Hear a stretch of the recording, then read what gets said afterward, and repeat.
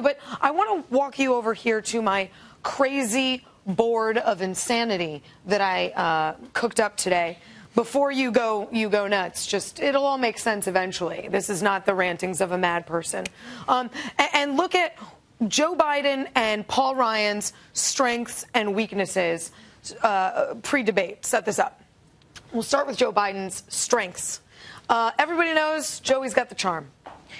Joey Charm is what Biden does when he wants to reach out to a certain audience. He talks about his mom. He's very engaging. He is really good at connecting with people. And I guarantee you, Thursday night, he will be looking in the camera. He will have personal stories. He will be a charmer. Another plus is his experience.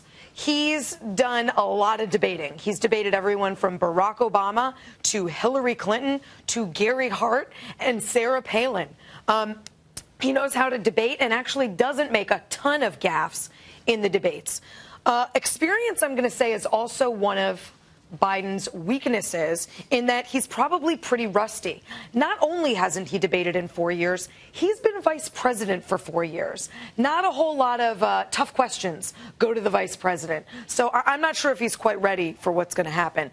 The last or another plus is I think he's going to want to do some cleanup damage for the president.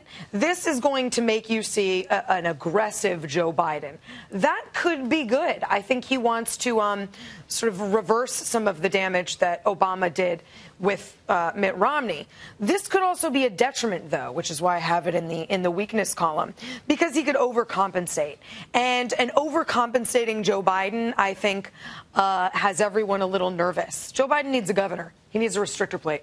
And another plus is he's a blue-collar guy. He's not Obama the professor. And I think that really speaks to a part of the electorate that Obama has not been able to get. Let's go over to Paul Ryan's strengths. He also has a blue-collar sensibility. It's that Janesville, Wisconsin bow hunter sensibility that I think will work really well for him. In another plus, he's not Mitt. Now, that's not an insult. Mitt did really well in the debate. But for the meh voters that are a little less enthusiastic about Mitt Romney, it's one guy who's out on the campaign trail supporting this ticket that's a different kind of voice completely. I think that could work well. Another plus, Paul Ryan's a wonk. He's really good with the facts and figures. I think he's going to take some of Joe Biden's probably broad, nebulous assertions to task and hold him to some of these numbers. I also have this in the weakness column, though, because all of these facts and figures can sound like Greek to a lot of people. So he can't get too far in the weeds with this. Has to sound smart, but not off-putting. One of Paul Ryan's weaknesses down here is that he's a first-timer. He really hasn't had to debate on the national stage. If you think back to Bull Durham and Crash Davis calling Nuke LaLoosh meat because he was a rookie, I'm going to call Paul Ryan meat until he shows me that he can really do this well on a national stage or at the big show, as they would say. And then down here, I think both of these guys share a weakness in their records. I think that Paul Ryan is going to take Joe Biden and the Obama administration to task over the last 4 years. And you better believe that the middle class is being buried comment is going to come back to haunt Joe Biden in this debate.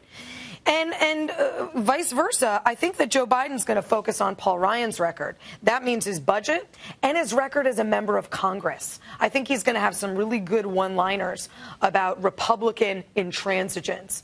So I hope this makes a little bit more sense now that I've laid it all out. And I think that should set up exactly what we're looking to see on Thursday.